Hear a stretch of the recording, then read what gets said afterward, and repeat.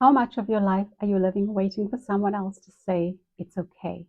Waiting to feel ready, waiting for the right moment, waiting for someone to tell you that you are good enough, qualified enough, ready enough to go.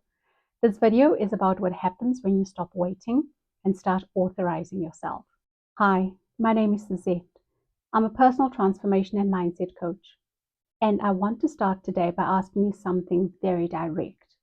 Who do you give the authority to tell you what you are allowed to do, to be, to want, or become? Because most people, when they really look, are living by permission systems that were set up by other people, parents, teachers, peers, partners, and never updated. Let's update them today. From the moment that we are born, we are dependent on other people's approval for survival. As children, we need the adults around us to be pleased with us, because their approval means safety, belonging, and care. So we become exquisitely sensitive to what other people think.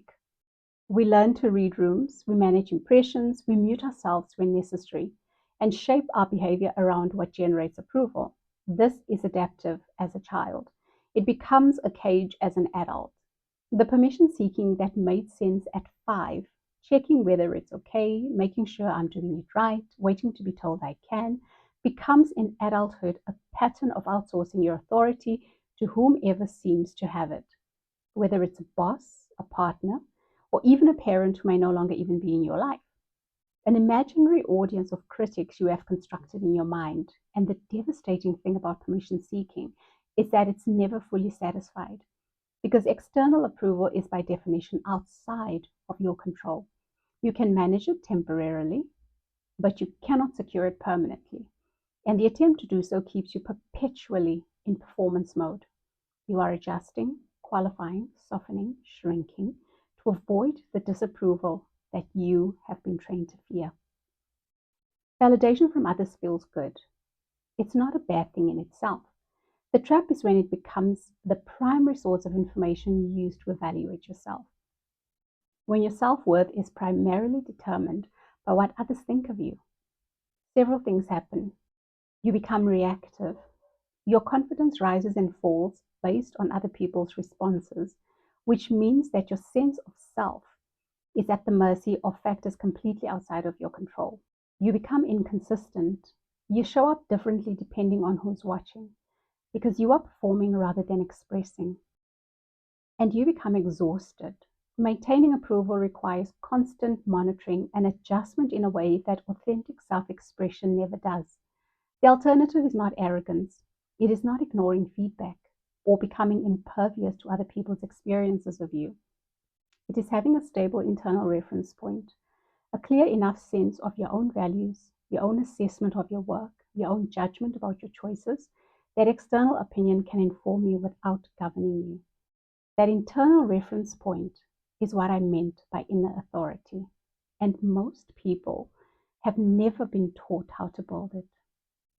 Inner authority is built through 3 practices. Practice 1. Form your own opinion first. Before you seek anyone else's input, spend time with your own assessment. What do you think? What does your gut say?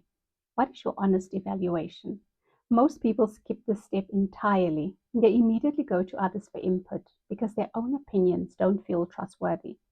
But you cannot build inner authority without having practice in using it. Start forming your opinion first, even if you then go and check it against someone else's. Practice 2. Whose voice is in your head? When you hear the internal critic, the doubter, the who do you think you are, ask, whose voice is that? Often it belongs to a specific person from your past. When you can identify that voice, you can begin to separate it from your own. That voice gave you information that was relevant at a specific point in time. It is not an objective truth about your permanent capabilities. Practice 3. Make decisions and see them through. Inner authority is built by making decisions, even imperfect ones, and living with the outcomes. Every time you make a decision from your own judgment and it produces a reasonable result, you build evidence that your judgment can be trusted. Every time you outsource a decision you were capable of making yourself, you deplete the evidence. The practice is to decide even when uncertain, even when uncomfortable, and then to reflect honestly on the outcome. Self-authorization doesn't mean certainty.